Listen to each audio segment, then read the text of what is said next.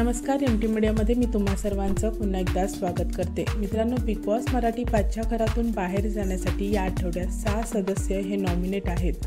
तर आलेले आहेत त्यांचे फायनल वोटिंग ट्रेंड्स, ते पाहूयात। पण त्याआधी एक छोटीशी रिक्वेस्ट आहे मित्रांनो की बिग बॉसच्या अशाच नवनवीन अपडेटसाठी एम टी मीडिया चॅनलला लाईक, शेअर आणि सबस्क्राईब नक्की करा। तर मित्रांनो, या आठवड्यात घराबाहेर जाण्यासाठी 6 सदस्य हे नॉमिनेट आहेत। निक्की, छोटा पुढारी, योगिता, निखिल, पॅडी दादा आणि सूरज। तर सोशल मीडियावरून आलेल्या फायनल वोटिंग ट्रेंडनुसार 6 नंबरवर निखिल आहे।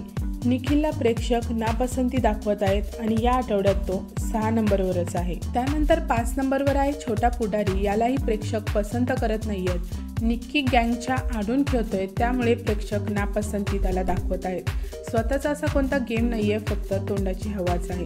त्यानंतर 4 नंबरवर निक्की आहे। निक्कीच्या तुरकट स्वभावामुळे प्रेक्षक तिला कमी पसंती दाखवत आहेत, तिला कमी पसंती त्यांची मिळत आहे। त्यानंतर 3 नंबरवर पॅडी दादा आहेत। पॅडी दादा यांचा कोणता गेम आपल्याला दिसत नाहीये, पण सिनियर कलाकार आहेत, फॅन फॉलोईंग जास्त आहे, त्यामुळे ते 3 नंबरवर आहेत। त्यानंतर 2 नंबरवर आहे योगिता। योगिताचा कोणता गेम घरामध्ये आपल्याला दिसत नाहीये, पण कलर्स मराठीचा चेहरा आहे, फॅन फॉलोईंग जास्त आहे, त्यामुळे ती 2 नंबरवर आहे।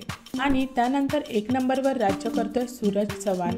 प्रेक्षक त्याला खूप पसंती दाखवत आहेत। पूर्ण सोशल मीडियावर सूरजचीच हवा आहे आणि कलाकारही त्याला पाठिंबा दर्शवताना आपल्याला दिसतात।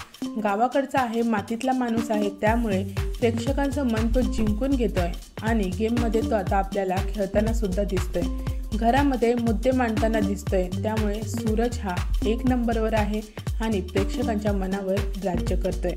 तर मित्रांनो, फायनल वोटिंग ट्रेंड्स हेच होते की 6 नंबरवर आहे निखिल, 5 नंबरवर आहे छोटा पुढारी, 4 नंबरवर आहे निक्की, 3 नंबरवर आहे पॅडी दादा, 2 नंबरवर आहे योगिता आणि 1 नंबरवर राज्य करतोय तो म्हणजे सूरज चव्हाण। तर मित्रांनो, तुमचं काय मत आहे वोटिंग ट्रेंड्सबद्दल आणि यामधून आज कोण घराबाहेर जाऊ शकतं त्याबद्दल मला कमेंट्समध्ये नक्की सांगा।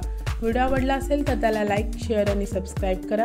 भेटूया परत अशाच एका नवीन व्हिडिओमध्ये। जय हिंद, जय महाराष्ट्र।